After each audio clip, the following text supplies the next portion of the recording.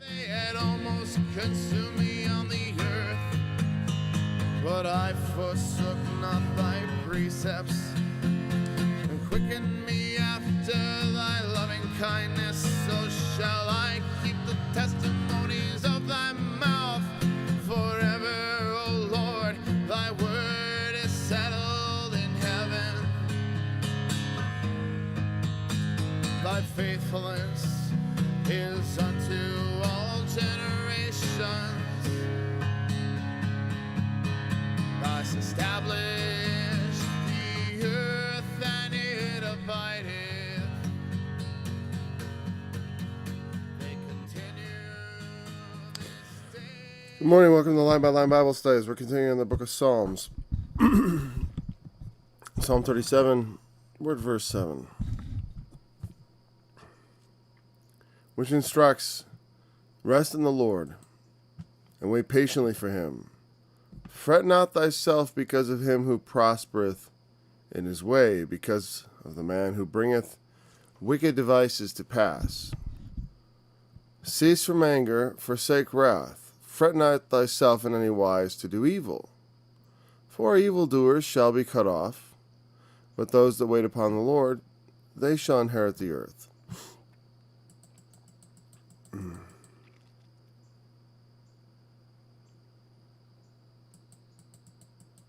And the first ones I talked about evildoers, and then how their end is they're going to be cut down. Then trust in the Lord, do good.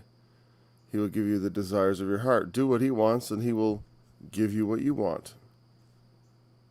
And I went over that quite in detail, as far as that goes.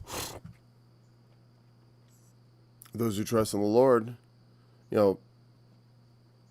when you say something like that, people can really get the wrong idea, like that God is a genie or there's something transactional about it. You know what I mean? A lot of times I think, it's an odd thing because God is personal. His mercy is about him. It's not about there's not a system. And it's something that people talk about systematic theology, and not that you can't go at things systematically as far as learning them. Mercy is mercy, though. Mercy rejoices against judgment. Because judgment, condemnation, is really the opposite of mercy. And so when he says, I'll, do what delight yourself in the way of the Lord, trust in him, or delight thyself in the Lord, and he shall give you the desires of your heart. It is not, I guess I feel like sometimes people think like, oh, I'll just put my trust in God. And then, if I have faith, I can just get whatever I want. I know when I was a kid, I kind of thought that's what it meant. If, whatever you ask in my name, I will give it you, Jesus said. If you shall ask anything in my name, I will give it to you. It always sounded so, I remember my dad telling me that verse when I was a kid, and it sounds so great. But, I would say when you're, at least young people are inevitably disappointed in their efforts to obtain whatever they want from God.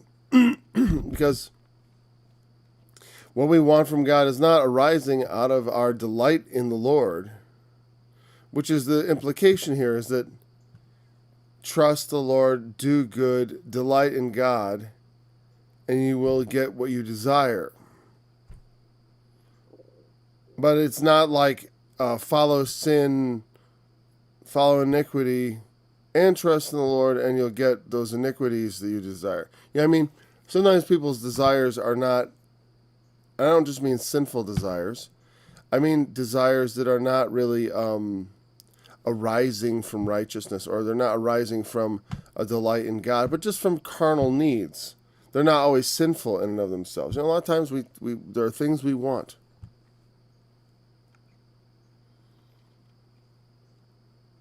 And there's times we want them. That's another important thing. Is the timing is not always as we would have it.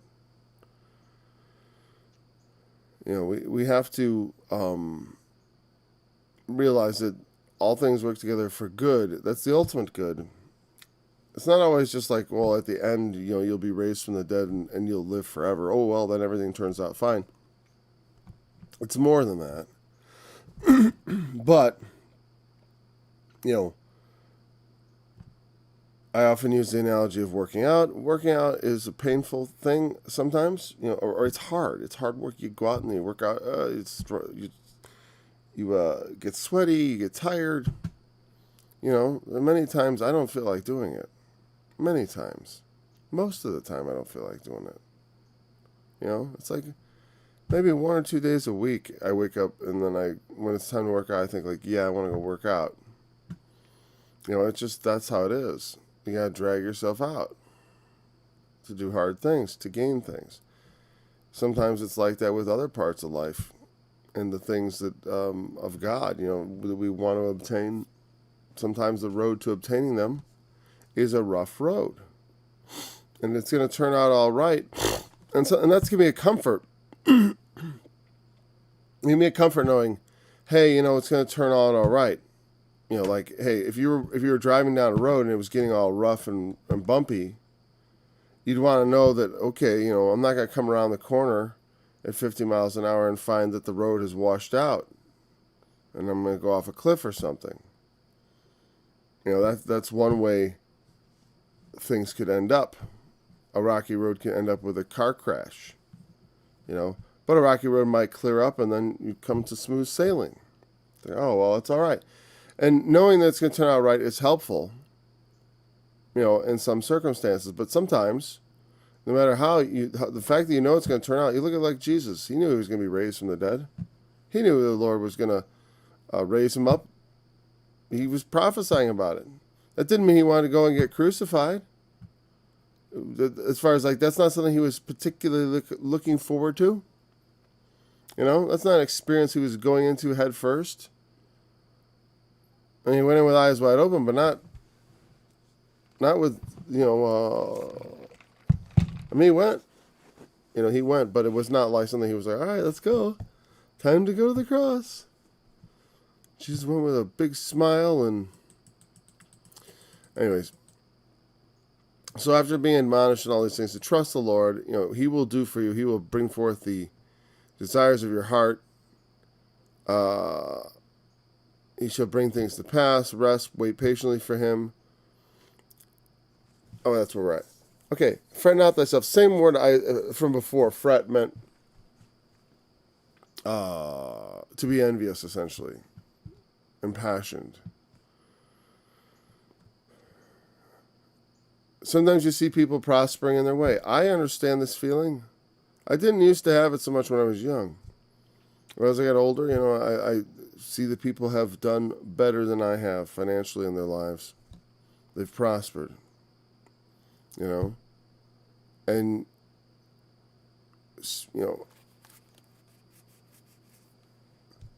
and sometimes you look at those people and some of them cheat and have not gotten their prosperity honestly, I don't know. I'm not accusing anybody in particular. I'm just saying, not all. Well, actually, I could accuse people in particular, like, televangelists, don't really come by there living honestly, really. I don't think they're as big as they used to be. With cable and all that. And those big cable channels, I bet Trinity is still out there. But a lot of people... I'm not going to accuse everyone who ever goes on TV, right? But I'm just saying, some of those folks are not earning an honest living. Just not. Bringing wicked devices to pass. People do bad things. They contrive and conceive of schemes, and some of it's dishonest, some of it's illegal. There's all kinds of ways people make their way in this world and prosper. And you could look at it and say, look, they cheat, they steal, they break God's law, and they prosper. And look at me, I'm struggling. Why do I struggle to make an honest living while all the wicked cheat and then they prosper?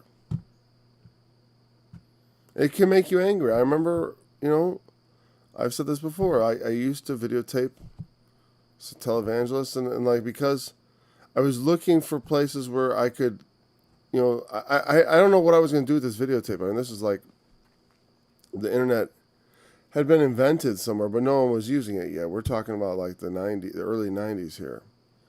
It exists, but it's kind of like when I was in college, nobody talked about the internet. It was talked about like the next couple of years is when people started going with America Online and dialing up and all that stuff, like 93, 4, 5. Is when it was picking up. But there was, but I wasn't taping this thinking I'll put this on my website. Like I said, my computer couldn't even play video. My first computer I had, you didn't have the capability. You can like pop a DVD in a computer.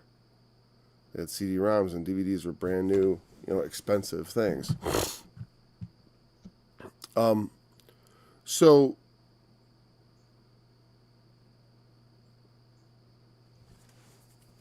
I would, I would collect these things, and there was an element of anger to it. I was angry, not about the money, really. I never get too worked about, they're making so much money. I don't know. If I look at people, if I start envying the way people make money, I don't think of, I guess I don't think about how they earned it or whatever. I just think, I mean, even when I see things that are silly, like, products, weird products that people have invented, and I'm sorry, my camera's a little off angle. I look at the weird products and stuff that people have invented, and some of the things I see advertised, I think people are making money off that, huh? But I don't consider it dishonest. Well, when I did, my main concern was not I did think it was wicked of them to take their money, take the money of the people who would listen, and because they were, as I saw it, they were not doing what they were being paid for. But actually, I didn't really understand, because I thought they were being paid to, teach people about God, but actually they were, I think they were getting paid to help people get rich. I mean, that's sometimes what prosperity gospel is about. You send me money, and then God owes you. And then God will bless you, and then you can send more money, and God will bless you again, and you'll just get richer and richer because you're blessing someone who's preaching the gospel. And what is the gospel? The gospel is, give me money and you'll get some money. I mean, not exactly, that's not how they preach it, but it's like, it's the underlying subtext of their ministry. And it's easy to get angry about that. They're misleading people, you could say, right? Like when people get up and teach false doctrine, I get upset about it, because I was like, I want them to hear the truth. I don't want them to be listening to this stuff that's wrong. I know people that have told me about people they know who believe things they think are not right with the scriptures, and it breaks their heart because they're nice people, but they have this allegiance to, the Orthodox Christian. Okay. They're just Orthodox Christian standard beliefs. They're wedded to it. And so maybe they have doctrines like hell that can, cause, when you don't agree on something like that, it can cause a significant division between people, because it is a significant piece of doctrine. I don't think it's something that we have to label each other heretics over, but, I'm being just gracious about it. I mean, I think that the concept of hell is reprehensible, quite frankly. Like, I find it astonishing that people read the Bible and then walked away and decided to emphasize the way they chose to take the scriptures that could be used for that purpose and to use them to their fullest. I mean, what I'm saying is, like, I could make it, there are scriptures around in the Bible where you can take them and make them into a doctrine. I'm not very well practiced at this, but I've seen it done. Like the serpent seed. Though the serpent seed is a doctrine, but there's a twisted version of it, you know. So you take something that's already there, and then you make a different, you know, you make something different out of it. Like the rapture, it's another one. It's like something that's already there, but we have, you know, by a selective use of scriptures, we have made a false doctrine that people will hear. And so, you know, you can get, as I see people being misled, as I see it, obviously, and so, who am I anyways, right, to judge whether or not someone's being misled? Well, I can only judge things as God has given me. I mean, as far as it seems like they're being misled because they have all the false doctrines. All right, so in that, I used to get kind of angry at them for teaching falsely. You know? Forsake wrath. Don't be angry, forsake wrath. Fret not thyself in any wise to do evil. Again, that fret not yourself. Don't trouble yourself to do evil. Because what's saying is, in your passion, you may be tempted to do evil. Whether it's in, you know, money making, to try to rip people off just by secular worldly means, or through religion. It's a favorite, you know, avenue of discussion for me, because it's like religion is a very important part of life. And obviously we're talking about Christianity here, and it's like when people rip you off religiously, they don't just take your money. They also do even greater harm by implanting false doctrine. A lot of teachers who are just doing it for the money teach doctrines that are basically, what would I say? The doctrines they teach are meant to please. And on one hand, they're meant to please you and to make you believe you're going to be blessed, especially financially, because people have needs. You know, there's bills every month; they got to be paid. People have needs, and so they want financial blessing. Who doesn't want financial blessing? And when you see someone else getting financial blessing dishonestly, it can cause you anger, and then maybe think, maybe that's what I should do. Maybe I should do that. I've had a lesser form of this. There's times when I thought, like, maybe I should just do what everyone else does, like abandon trying to be in my own business and self-employed, and just go work give up on a lot of projects and stuff, and just simply sort of raise the white flag and just do something 9 to 5 that just gets the bills paid, but doesn't get much else done. You know, it's going to be hard to do anything because I'll be at, 9 to 5, and then come home, eat, family time, then what, struggle, for a half hour a day, slip in the other stuff. In the morning, maybe get up first thing, do a Bible study. You could still squeeze that in. It's always possible. But what I'm saying is, like, doing evil can be breaking the law, or it can be like, if God has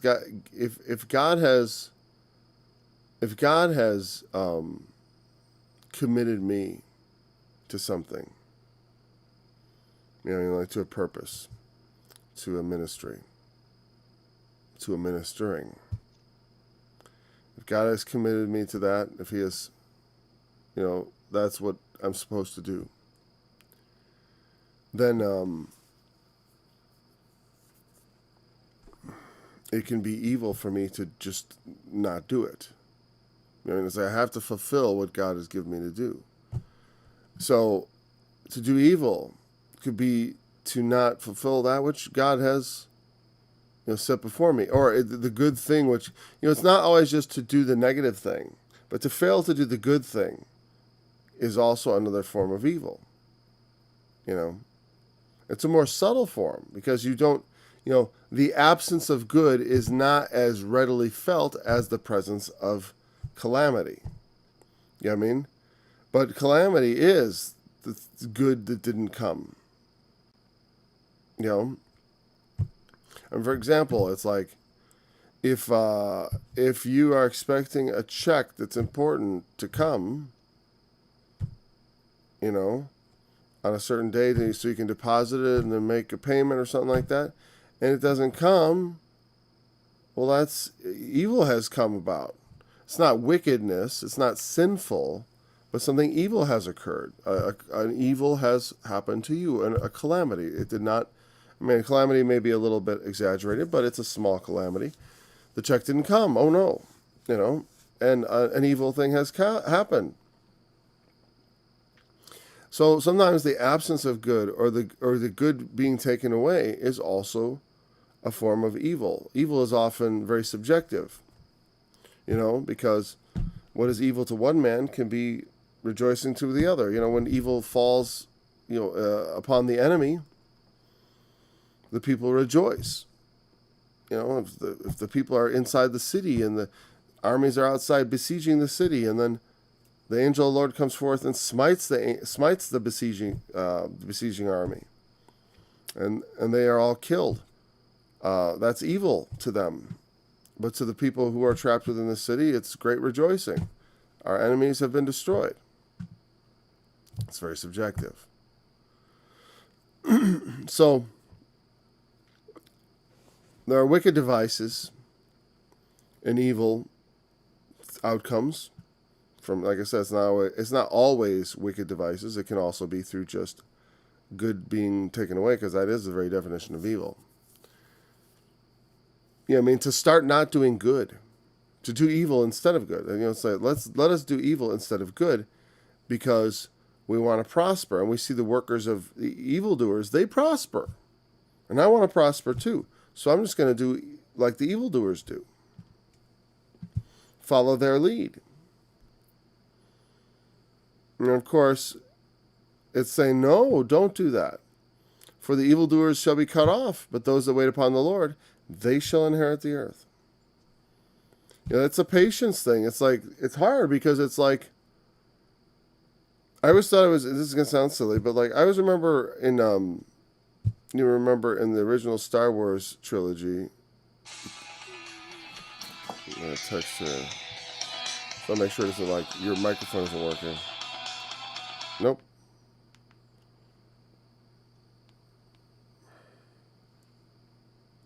Oh, whatever. It's not the time to ask. I'll have to send her a message. Okay. So, yeah, it was not related to the Bible study. So, inherit the earth. Oh, yeah. Evildoers are cut off. Those who wait upon the Lord shall inherit the earth.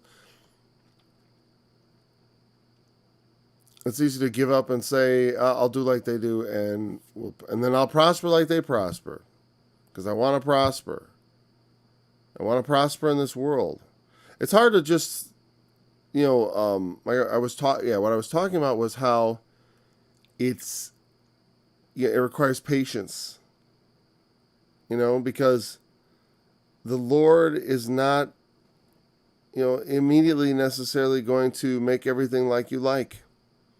It's not going to immediately make everything as we would have it, as it ought to be, even as it is in heaven, like what we've done on earth as it is in heaven.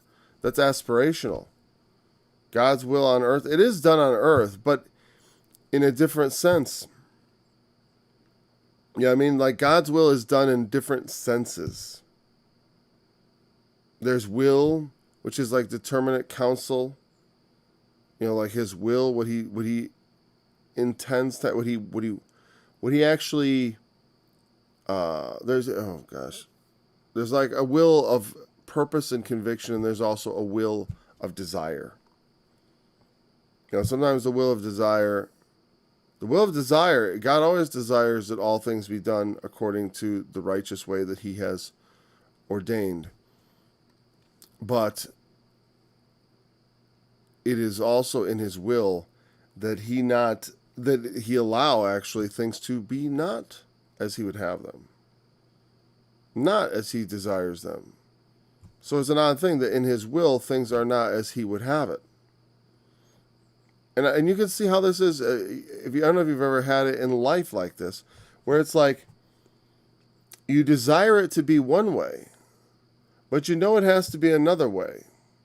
Yeah, I mean, and so you do the other way for the ultimate good that will come from that discipline, from adhering to a disciplined stance that says, like, despite my desire, I'm going to do things maybe the hard way so that we can get the result we really must have.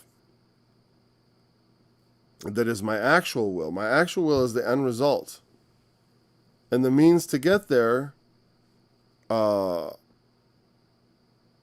mean, like, to get where I really want to go, I can't start at a stage where everything is already as I would have it.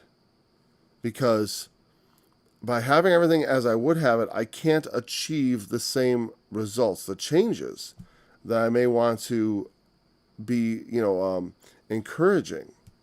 God likes to encourage changes, and he encourages things, and he motivates and moves us in many ways we don't understand. And a lot of that is through the manipulation of circumstances. So, it's like circumstances go along, and I learned to try to have peace in the midst of all my circumstances. I don't always, though. I'll tell you, I'm not some sort of, my Christian walk is like any other person's, a work in progress.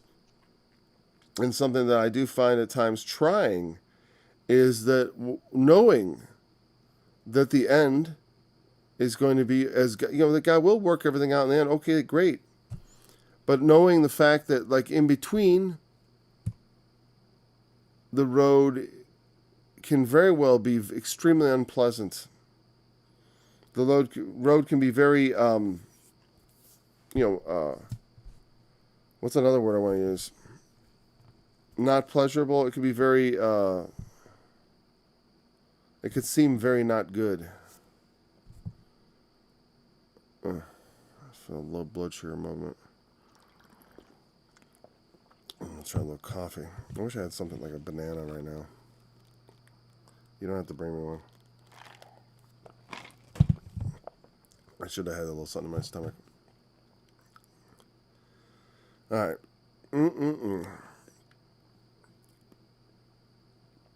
So, we know we're going to inherit the earth.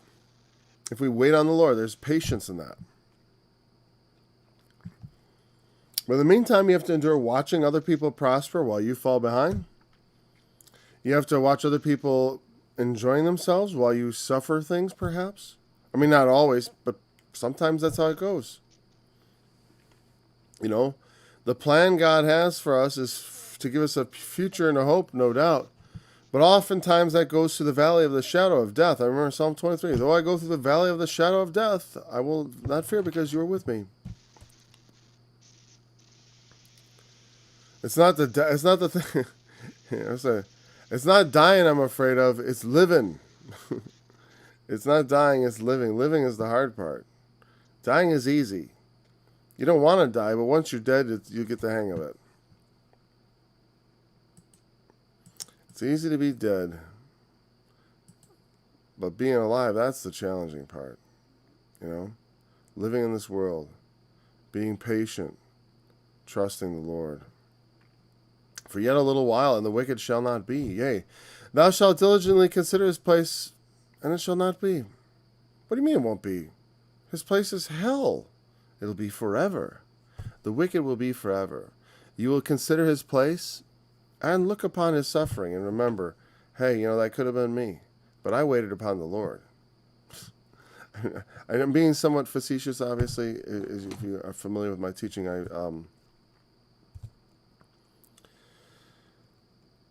I've been saying as we go through the Psalms, there are a lot of Psalms that give you, like, it's not conclusive, right? It's not like, oh, look I proved that the traditional view of hell is a mistaken interpretation of the scriptures based on favoring a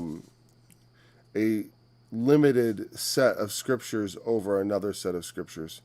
And in other words, it does not take in the whole counsel of God. And it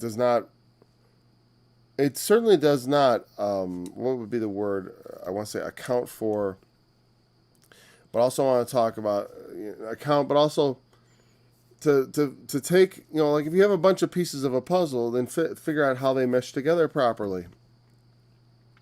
And also, to make a proper puzzle, you got to use all the pieces. And I look at it like that in the scriptures. It's like, your view should encompass all the scriptures on the subject. Meaning, if there's a subject such as damnation, that all the subjects that could be construed to be part of the subject of damnation should go into our interpretation of what damnation actually is and what it looks like, what it means, what its practical effects on the individual. And so, in my view, the ultimate reality of damnation is that damnation really involves the person's destruction ultimately, and their non-existence as conscious beings, I should say. Meaning from their own, meaning subjectively to themselves, they no longer exist. To the world, it's like the dead still exist. George Washington still exists, but he's dead. And I know he doesn't, as far as, some people say he's in heaven and whatever. Okay, fine, but I'm not talking about that. I'm just talking about, well, I don't, I believe in the resurrection. My main point is, he's not alive and walking around with us today. And that's what probably hellfire advocates who believe in eternal torture, first and foremost, people who are big fans of people being tortured eternally as a proper interpretation of the scriptures, people who like that idea, would look at this passage and say, like, well, it's referring to their earthly existence, their corporeal existence in this world is temporary. Yet a little while and they won't be. And you'll look around and you'll say they're gone, they're dead. And that's fine. But there is a sort of there is a bit of a bigger picture thing here, doesn't it? Feel a little bit wider than just like some guy that David's thinking about, or like somebody's lifetime. Doesn't it seem like in this scripture he is talking more generally, like about the wicked overall, about this phenomenon of the wicked prospering in general in the overall scheme of the world? That's how I feel it is. We will, the evildoers will be cut off, but those that wait upon the Lord shall inherit the earth. When? When that neighbor dies? He's just one wicked person. One wicked person's death, they die all the time, just like the righteous. We all die. When exactly do those that wait upon the Lord get to inherit the earth? You know what I'm saying? So there's some sort of end game implication here, don't you think? I think so. So, while I understand where they would go with this. It's just their lives being cut off. This is not talking about end game stuff. This is not talking about the final damnation of the wicked. I think, oh no, you're wrong. It is talking about it. And it's just another example, of Old Testament. In fact, it's such an example that actually I'm bringing up a different I'm like, okay, where's my, okay, here we go. And I'm literally just like, okay, well, I want to remember when I go back. I'm trying to make notes of these as I go through the Psalms, because there's a lot of interesting places in the Psalms with these kind of subtle, like I would like. How would you look this up in a concordance? How would you find this verse? If you want to do something about death, resurrection, or hellfire, damnation, what would be my key word here? Not be? The phrase, it shall not be? That would be my best. The wicked shall not be. Problem, like that's the thing, is like you have scriptures like this. You go to your Strong's Concordance, you want to look up, okay, exist or whatever. Be is such a common word, you can't look it up based on that. Even the phrase shall not be. Let's take a look.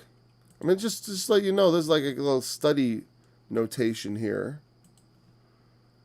Something to think about as a student of the word as you study and want to come up with things. You want to study topics. It's why you have to go through the scriptures, and sometimes you got to take notes. Because, where's 37? Oh, it doesn't matter. I need 37. I'm just going to try to do, like, let's do it. Let's just try a search here. We'll try shall not be. Let's see how, and you'd have to first think of this. And then we look up the phrase. And it's like, okay, well, now that I know to look up that phrase, no verse is found. Oh, shall newt be? No wonder. There's no newt. So I should at least come up. Yeah, look, still we get 217 results. And so many of them are just totally not related. Thy name shall not be called anymore Jacob. The plenty shall not be known in the land. So meaning we don't have a very effective search here. We have 200 scriptures to go through, and most of them have nothing to do with what we want to talk about. You know, I mean, just so many things. A false witness shall not be unpunished. The fear of the Lord tendeth to life, and he that hath it shall abide satisfied. He shall not be visited with evil. You know, again, we have all these scriptures, but none of them quite fit in what we're looking for. And Esther, Job, Psalms, Proverbs. There's the Psalms. And again, so I'm not finding nothing so far.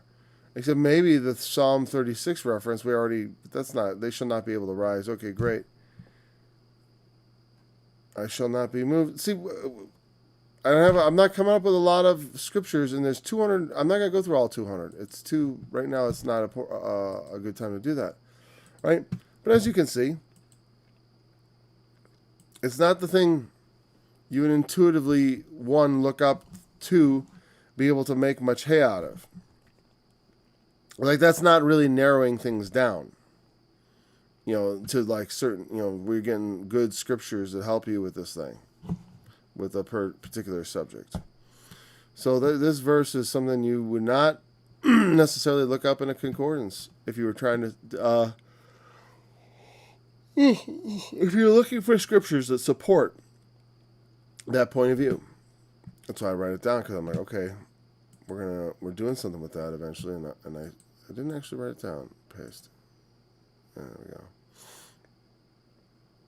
And I'd even take in 9, because 9 gives you context, and that context, inheriting the earth is important, because it does give you the sense that this is an end game. And when exactly do we always inherit the earth, or we just inherit the earth? We die too. What's he telling us to be patient for? Be patient. Pretty soon you'll all be dead. No, he says pretty soon they'll be cut off, but you won't. How is that? We all die. The only way in which they are cut off and we are not is in the resurrection. That's the only time you could talk about it like that. The righteous live long and are not cut off early, it says. But even in the Proverbs or Ecclesiastes, it talks about the evil he sees on somewhere. He sees people that do wicked and they prosper and they live long lives. But they still also eventually fail. I mean, though it seems at the time like things are better for them, but in the end they end up in the same place. They all end up dead. You can't really argue that anyone's better off than anyone else. And we all end up dead. I mean, we want our lives to be meaningful and filled with good things. But it all wraps up in the end, and then you're like, well, I'm done. I came here, I did what I had to do, and I'm done. The only way you can get beyond and outside of that is through the resurrection. The meek shall inherit the earth. Jesus did not make that up. And the delight themselves in the abundance of peace. But it's part of the gospel because it's what he's saying. The meek are going to inherit the earth. And meek, again, who are the meek? We've talked about the concept of meekness. As long as they're translating it consistently, which they are not always doing. What is it? What is the verse? Verse 11. Okay, let's just see. I'll take you along because, as always... Oh, please, come on. Let's get it all straightened out. There we go. Now we can have a smooth transition. Look at that. My engineer is doing his job. Oh, it's an acrostic psalm. I didn't know. Or I did and I forgot about it. Let's see, is it that important? We can see here in the form A, fret not thyself because of evildoers. B, trust in the Lord. C, actually that's a D already. Or no, that's not a D. That's like a G. It's like A, B, G, D, H, V, T, S, or something. Yeah, it's the Y. Kopf, I think. I forget my letters. I can't remember which one's. That's the. Boy, they look similar, right? Anyways, back to verse 11.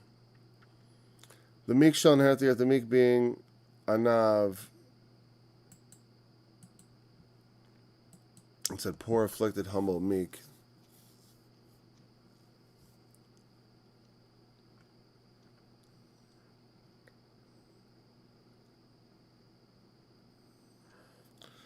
See, it's a word that means depressed, figuratively, in mind, gentle, or circumstances needy. We think of depressed as I'm depressed. I'm having a mental sad. I'm in a depressed state mentally, and there are and it does mean a depressed state mentally, but we think of it almost like meaning sad. But depressed meant, in this sense, pressed down, depressed, pressed down. It also refers like to someone who is pressed down, like in need, but also to someone who is controlled.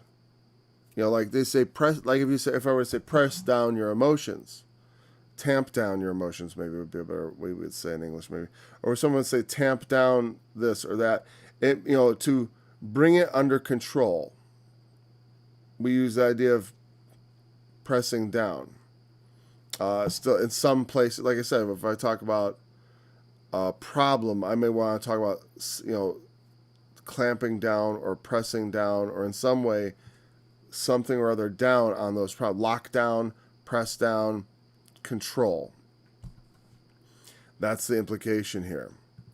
And the idea of that's what meekness means. It can mean poverty, but the primary meaning, as far as is a righteous meaning, is that of one who is not just willy-nilly doing whatever their hearts desire, but under control. And so it does not mean someone who's just like, it doesn't mean someone who's too afraid to act. A lot of times people act like meek is like someone like, oh, I'm so meek and I won't. What it is meekness, as I've said many occasions, is often mistaken for weakness. But weakness is not meekness. It is a step beyond.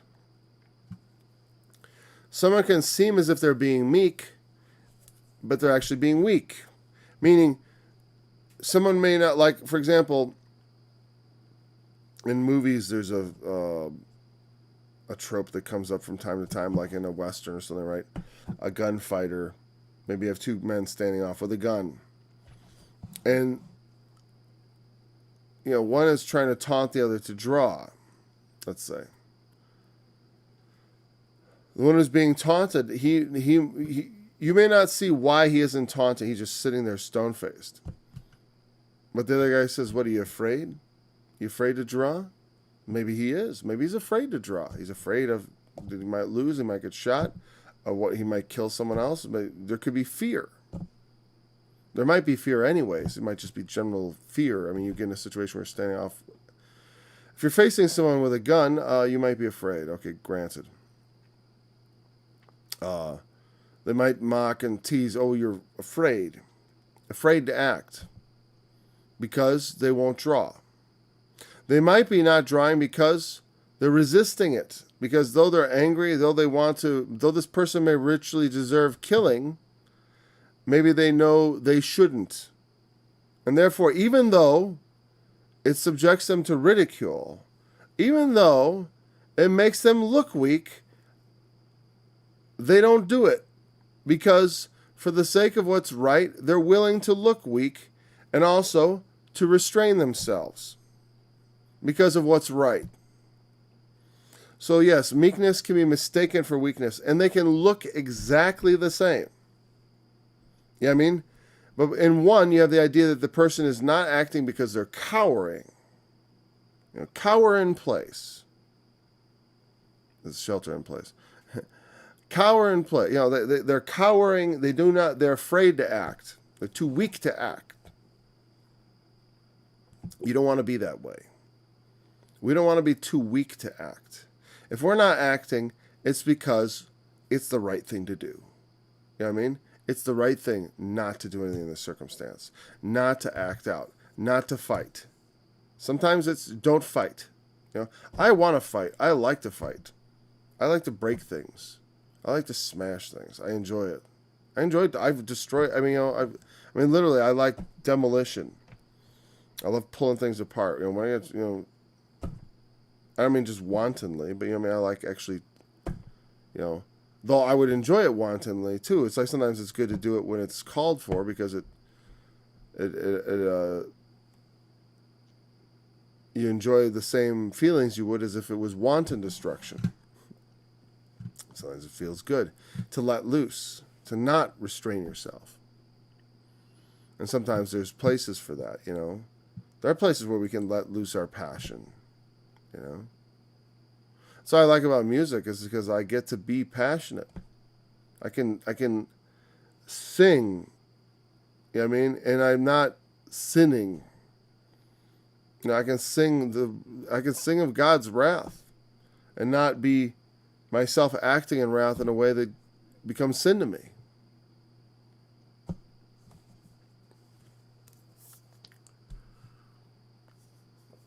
There's an abundance of peace, which we shall find delight in.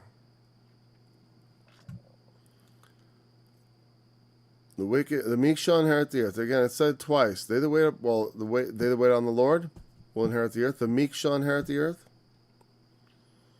So it talks about inheriting the earth twice here. We get all this peace coming forth because we trust in the Lord. We waited.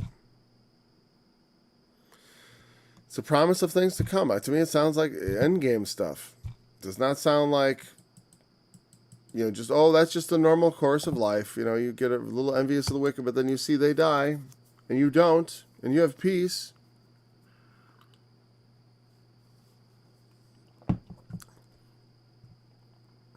The wicked plotteth against the just, and gnasheth upon him with his teeth. He grinds his teeth at him, upon him. Grinds his teeth. Again, that's obviously somewhat, it says he grinds his teeth on him. He gnashes his teeth upon him. Or gnashes upon him with his teeth. He's like, biting on him. Obviously, the wicked don't actually do that literally to the just. But that's the thing. They're trying to chew you up. I like that metaphor.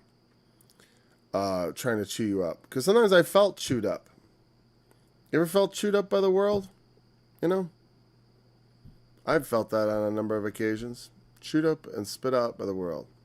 Basically, for me, it was always like, when I get in a situation where there's like systems and stuff in place, whether it be, banks, governments, forms, like where you have like, when you come up against the system, or a system, if I said the system, I mean better a system.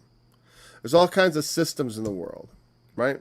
There's the banking system, the education system. There's smaller things, like there's your bank, my bank, the government.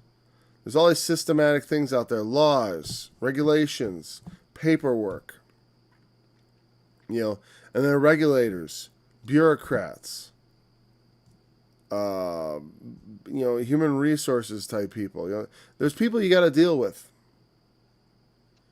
In these systems, and there's these systems also.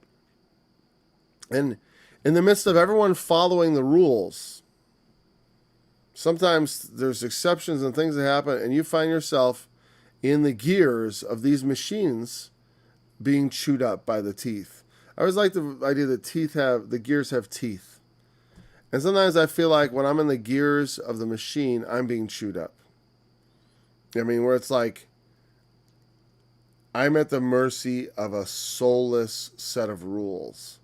And a bunch of people who have souls, but who are dedicated to enforcing and following these rules with no human, compassion or mercy or thought of any sort of pity towards someone who's being ground up in these things, entering into the question. Like, people just don't care. It would almost be refreshing to have someone just try to grind me with their teeth. At least to be personal. That's a sense that they hate him. Right? There's hatred here. They plot against the just and gnash upon him with his teeth. I almost feel like when the just is sort of armored and protected by God, and the wicked and plotting, it's like they've got their teeth on him and they're trying to find out where his soft spot is so they can bite him. The Lord shall laugh at him, for he seeth that his day is coming. And the wicked have drawn out the sword, and have bent their bow to cast down the poor and needy, to slay such as be of upright conversation. Their sword shall enter into their own heart, and their bows shall be broken. Yeah, this is a disjointed psalm because it is an acrostic psalm. I definitely, now that I'm into it and I know the fact that it's acrostic, I can feel it, because all of a sudden it's like, it almost feels like a set of proverbs. Like they're not connected the same way psalms are usually connected. They're connected by the alphabet, not by necessarily logic. So the pieces, they are trying to logically follow each other, though. You can feel the author trying to keep it together. But they have to follow this ABC pattern. Their sword shall enter into their own heart. At least that's what they've subjected themselves to, It's like me following the scriptures in my songs. I don't have to write scripture songs. I can do other things. But I have certain songs. When I do the scriptures, I follow the scriptures. Their sword shall... Okay, we have John said, bent the bow to cast on the poor and needy. What verse? The Lord shall laugh at him. He sees his day coming. The wicked can grind on you with their teeth all they like and see if they can chew you up, But God will have the last laugh. He sees their day coming. Again, that's anthropomorphic. We liken God to a man. He's going to laugh because he's going to be so funny. And well, what do you mean by that, Paul? Anthropomorphic? Well, I'm just saying it's like God doesn't have to literally laugh, but just if he was a man, he would. That's the way I look at it. It's like if God was subject to things the way men were subject to things, he would laugh at that instance. A lot of times when it says that, that's what I think the anthropomorphisms about God mean. And you can take it as literally true. That's fine. Whatever. It is, in its sense, literally true. But if that was the case, he would be laughing nonstop because the wicked's days are always coming. God's just laughing. He's just getting harder, laughing harder and harder.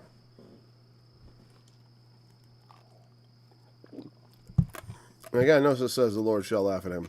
The way it's even said here, it's obvious that it's meant God will have the last laugh, as we say. The wicked have drawn out the sword. They've bent their bow to cast down the poor and needy, to slay such as be of upright conversation. People that behave right, they're suckers. Those are the people we take advantage of. We can take our sword and we'll go rob them. We'll go take our sword and we'll take from them what we want. Hardworking people that scratch out a living.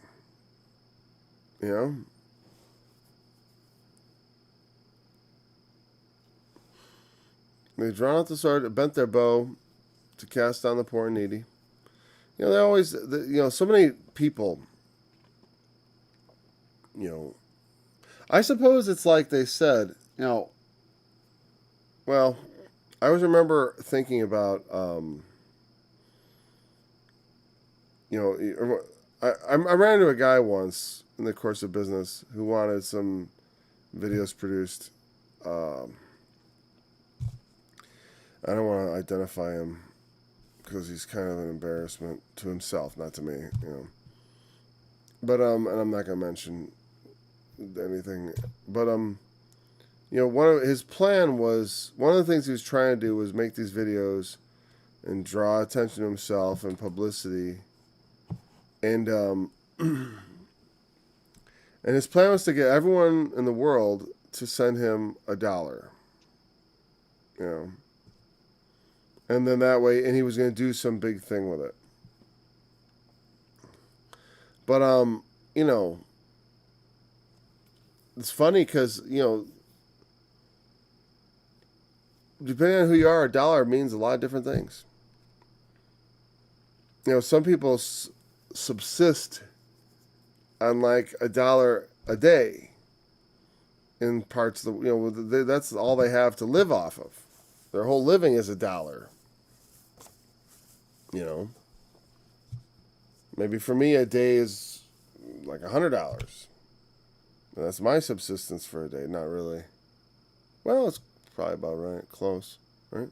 Something like that. For another person, maybe it's $1,000 a day. You know, and so $1 means something different to each of those people.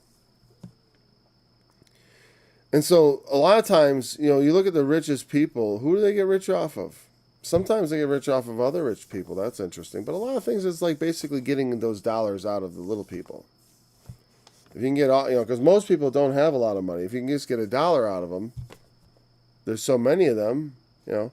Well, then you have all the wicked, all trying to get $1 or $2 out of the little people. And pretty soon they're just being squeezed like hell.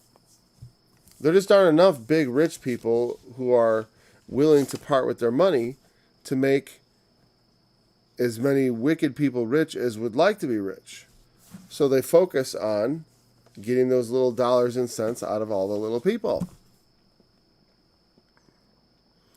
In the midst of it, and that's not always like a nice process. That's not always just like, oh, we have a product for you. You know, or we're just going to ask nicely. It's one thing when you say like, hey, I want to do some great philanthropic thing. Everyone send me $1.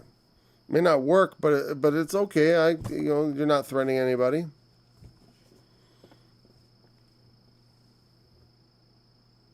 You know, in some part, you know, we live in America. A lot of stuff feels alien, right? But some parts of the world, you know, people are treated much, much worse than they are here.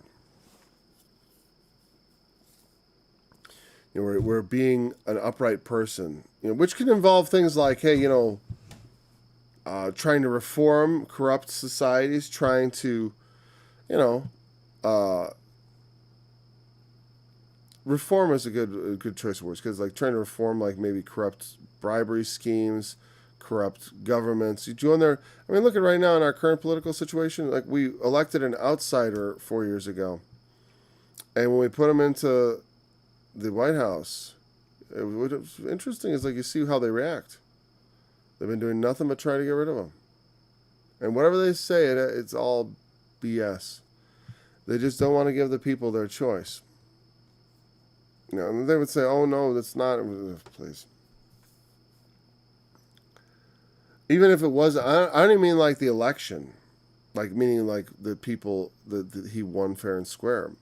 What I mean is, he is not the one they chose for us. And I don't mean his immediate opposition to Clinton. I mean just like in the primary, in whatever. It's like this person was a wild card. Not a normal politician, fake, you know, politician. Because, you know, let's say he lies. This is true. But they all lie. You know what I mean? He is publicly what they are all like privately. They're all just as intolerably. I mean, not every single one of them. They're not all the same exactly, but so many of them. Here's the thing. I was thinking about the other day. If I want to tell people why I support the president, why I have for such a long time, and they say, well, you're a Christian and he's morally corrupt. How can you support someone who's morally corrupt? Well, when support is like support for election, for one, I don't support his moral corruption by getting him elected. You say, oh, yes, you do. It's like, well, here's the thing. Like I said, I think all politicians are, let's say, suspect of being morally corrupt. We don't know because they hide it. You know? They hide it, and they do it very effectively for the most part. I mean, you can every once in a while, politicians have been outed doing things they shouldn't be doing. A lot of times, sex scandals and whatever. Money scandals, certainly. There's all kinds of scandals that come up. It's scandalous business over there. They're filled with wickedness and scandal and et cetera, et cetera. Right? And the one honest thing, it's like when you look at the president, you realize it's like, well, that's who he is. It's not fake. At least you know who you're dealing with. You know what I mean? The other ones are so fake, and they give lip service to the right thing, and towards doing the right thing, and being the morally examples, and But here's the thing: as a Christian, I know all men are sinners. Except politicians, they're angels. They're all angels. They don't sin. Well, you never see them sin, or when you do, or it's hushed up or whatever. It's like, I know they're corrupt. But it's nice to see someone who also knows they're corrupt. Or if you're going to be, if you're going to be corrupt, well, let me put it this way. I'd rather have someone that was morally corrupt than someone who's politically corrupt. Meaning corrupt in their job. You know what I mean? Meaning someone has personal, like, oh, he uses bad words and he's been an adulterer. That's not someone I would want to marry my daughter. Right? But it doesn't necessarily mean I wouldn't want that person to be in charge of running a business or a country or whatever, because it does not have necessarily the impact. Anyways, what I'm saying is, like, this made me think of it because upright conversation we usually think of it as being talking, but it really means in the old English, it implies their behavior. They live their lives uprightly.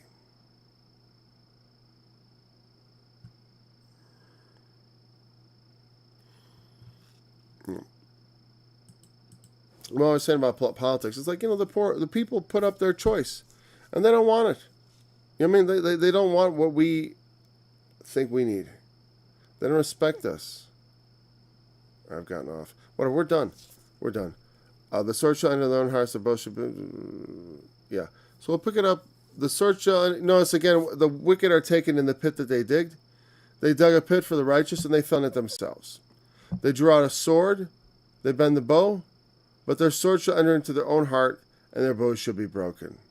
All their devices, all their intentions are brought to frustration and destruction. They do not prosper in their way. They look like they prosper in the world, but their ultimate end is destruction, and therefore we have nothing to fear. And again, like I said, there is certainly something there that makes me think more of final things. We're more of damnation than mere death. It's more about the second death. Because it's like, this does not, all this evening out, all this justice that God is supposedly doing, we know we do not always see it in our lifetime. We don't always even see it after our lifetime. Some crimes go unpunished. Sometimes people are slain and there's no justice. But God will bring justice. And we'll begin in verse 17 tomorrow. Thanks for joining me in this study, and we'll look forward to having a nice week of studies. Until tomorrow. They had almost consumed me on the earth, but I forsook not thy precepts. Quicken me after thy loving kindness, so shall I keep the testimonies of thy mouth forever, O Lord. Thy word is settled in heaven. Thy faithfulness is unto all generations. Thus established